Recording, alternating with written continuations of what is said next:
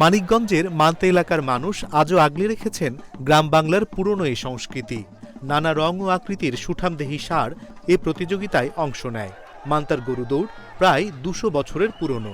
এবছর প্রতিযোগিতা ঘিরে এলাকা জুড়ে উৎসবমুখর পরিবেশ। বিভিন্ন অঞ্চল থেকে শৌখিন প্রতিযোগীরা বাছাইকৃত গরু নিয়ে এসেছেন। প্রতি বছর পৌষ সংক্রান্তির শেষে এবং মাঘ মাসের শুরুতে আয়োজন হয় ঐতিহ্যবাহী এই গরু দৌড়।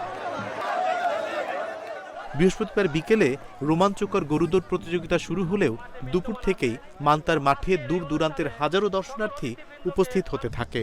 উৎসব ঘিরে আশপাশের এলাকার আত্মীয় স্বজনরাও বেড়াতে আসে। আমি ঢাকা দোহার থেকে আসছি। দীর্ঘদিন আমি বিদেশে ছিলাম, দেশের বাইরে ছিলাম, তো আসা হয় নাই। অন্তত ২০-২৫ বছর পরে আবার আসছে। এই উৎসবকে ঘিরে মনে করে আশেপাশে যারা বাড়ি আছে সবাই এখানে বেড়াতে আসে। আমরা দেখতেছি এটা আমার বাপ দাদার আমল থেকে, কারণ আমরা ছোট থাকতে দেখছি যে এই মান্তা মাঠে এই গরু দাবরান আমরা আগেও আসছি, আবার এখনো আসি।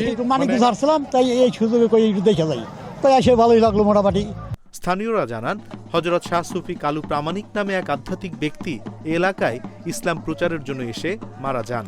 তার ভক্তরাই বাৎসরিক মেলার আয়োজন করে।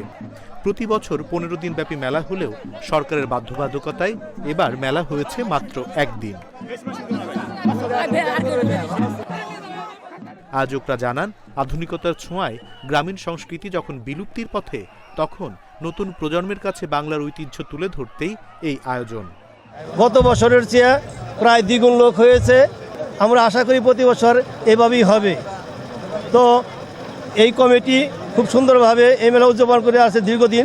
এবার ওইভাবে করতে পারতেছে না, কারণ বাধ্যবাধকতা আছে সরকারের। এবছর মেলায় 10টি গরু দৌড় প্রতিযোগিতায় অংশ নেয়। বিজয়ীর হাতে তুলে দেয়া হয় পুরস্কার। অনিমেষ কর, ইন্ডিপেন্ডেন্ট ডিজিটাল।